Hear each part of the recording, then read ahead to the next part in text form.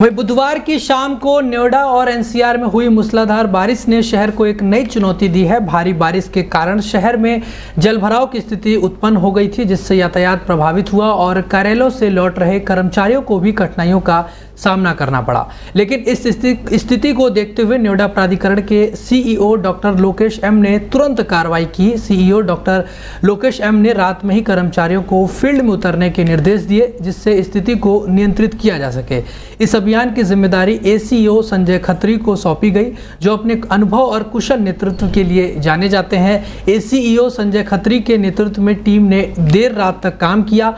नोएडा प्राधिकरण के अथक प्रयासों का ही नतीजा यह रहा कि जहां दिल्ली में सुबह तक कई जगहों पर जलभराव की स्थिति बनी रही, तो वहीं नोएडा में लोगों के उठने से पहले ही अधिकांश जगहों पर पानी की निकासी हो गई थी।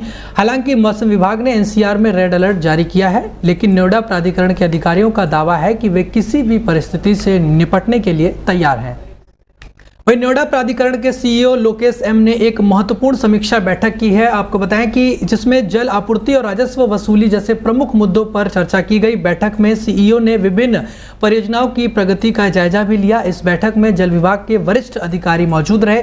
सीईओ ने कहा कि हमारा लक्ष्य नोएडा के निवासियों को गुणवत्तापूर्ण जल आपूर्ति सुनिश्चित कराना है। साथ ही राजस्व वसूली में सुधार करके विकास कार्यों को गति देना भी हमारी प्राथमिकता है। नोएडा प्राधिकरण के अधिकारियों ने बताया कि जल राजस्व वसूली पर विशेष ध्यान दिया गया।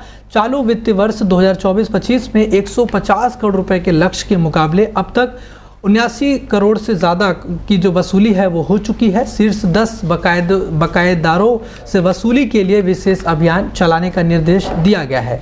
इनमें Parag Dairy, STM Infratech, Logic City Developers जैसी कंपनियां भी शामिल है। यह जानकारी समाचार पत्रों में भी प्रकाशित कराई जाएगी। नोएडा प्राधिकरण के अफसर ने कहा कि गंगा जल की आपूर्ति बढ़ाने पर भी जोर दिया गया। वर्तमान में 4 रैनी वेल्स के माध्यम से लगभग 40 सेक्टरों में गंगा जल मिश्रित जलापूर्ति की जा रही है। 2 और रैनी वेल्स को दिसंबर 2024 तक चालू करने का लक्ष्य रखा गया है, जिससे 22 और सेक्टरों में गंगा जल पहुंचेगा। वहीं 37.50 क्यूसेक गंगा जल परियोजना के शेष कार्यों को जल्द पूरा करने का निर्देश भी दिया गया है। साथ ही उच्च टीडीएस वाले ट्यूबवेलों को तत्काल बंद करने को कहा गया है। वहीं नोएडा वेस्ट के हाउसिंग सोसाइटीज में डॉग बाइट के मामलों में बढ़ोतरी देखी जा रही है। ताजा मामला ग्रेटर नोएडा वेस्ट के अजनारा होम्स सोसाइटी का है। यहां पार्क में खेल रहे एक मासूम बच्चे पर स्ट्रीट डॉग ने हमला कर दिया। इस घटना में मासूम बुरी तरह से जख्मी हो गया है। बता दें, लगातार बढ़ रही घटनाओं को लेकर सोसाइटी में रहने वाले लोगों में गुस्सा बढ़ता जा रहा है। उनका कहना है कि प्रशासन इस तरफ बिल्कुल भी ध्यान नहीं दे रहा है। जानकारी के मुताबिक अजनारा होम सोसाइटी के J107 फ्लैट में रहने वाले मानस शर्मा का 8 वर्षीय बेटा दोपहर करीब 12 बजे सोसाइटी के पार्क में खेल रहा था। इसी दौरान पार्क में 2 स्ट्रीट डॉग ने बच्चे पर हमला कर दिया, जिसमें मासूम बुरी तरह से घायल हो गया। खून से लथपथ बच्चे को परिवार के लोग अस्पताल लेकर पहुंचे, जहां डॉग बाइट की यह पूरी घटना सोसाइटी में लगे सीसीटीवी कैमरे में कैद हो गई। सोसाइटी में रहने वाले लोगों ने बताया कि यह कोई पहली घटना नहीं है। इससे पहले भी डॉग बाइट की कई घटनाएं जो है सामने आ चुकी हैं। लोगों का कहना है कि कई बार नोएडा अथॉरिटी और मेंटेनेंस टीम से डॉग बाइट के मामले को लेकर शिकायत की गई, पर इस पर कोई भी एक्शन नहीं हुआ। दिल्ली में हुई घटना के बाद से कोचिंग सेंटर पर लगातार छापेमारी की जा रही है। इस दौरान बिना मानकों के चल रहे कोचिंग सेंटर को भी सील किया जा रहा है। बुधवार को जिला प्रशासन और पुलिस और दमकल विभाग की टीम ने ग्रेटर नोएडा में छापेमारी की और इस दौरान 3 कोचिंग सेंटर को सील कर दिया। यह तीनों कोचिंग सेंटर बिना रजिस्ट्रेशन और बिना फायर की एनओसी के चल रहे थे। जिला विद्यालय निरीक्षक धर्मवीर सिंह ने बताया कि जिलाधिकारी के आदेश के बाद कोचिंग सेंटरों की जाँच पड़ताल की जा रही है, जिसको लेकर एक टीम बनाई गई है। आज इसी टीम के द्वारा ग्रेटर नोएडा के अल्फा 1 सेक्टर में कोचिंग सेंटरों को चेक किया गया। इस दौरान 3 कोचिंग सेंटर बिना किसी रजिस्ट्रेशन के चलते हुए पाए गए। साथ ही इन तीनों कोचिंग सेंटर की फायर एनओसी भी नहीं थी। इसी के चलते तीनों कोचिंग सेंटरों को सील कर दिया गया। 2 बार नोटिस भी दे चुके हैं, उसके बाद भी कभी रजिस्ट्रेशन नहीं करा। इनके पास न ही फायर की एनओसी है और न ही कोचिंग एक्ट के अंतर्गत रजिस्ट्रेशन कार्रवाई की गई है।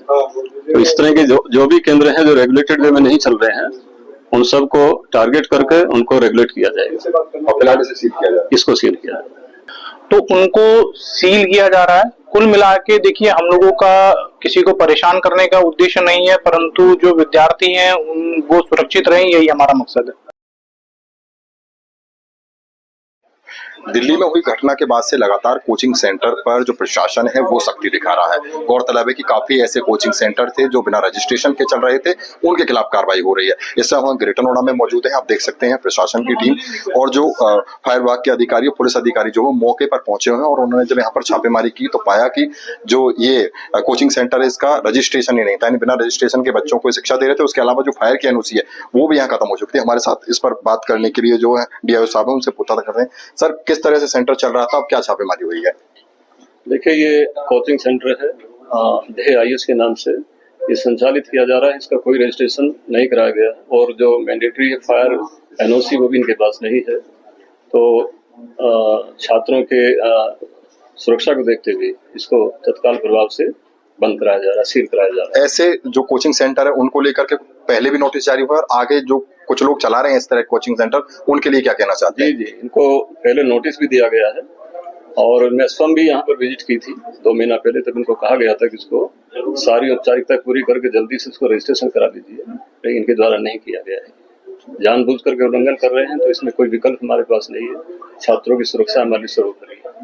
देखिए, ये साफ तौर पे उन कोचिंग सेंटर के लिए संदेश है जो बिना रजिस्ट्रेशन के चल रहे हैं और छात्रों की जो सुरक्षा में लेपापोती कर रहे हैं, उसी को लेकर के लगातार ये कार्रवाई हो रही है और उसी को लेकर के अब इस कोचिंग सेंटर को सील किया गया है। Bhupesh Pratap Singh, daily 24 Bharat, greater Noida.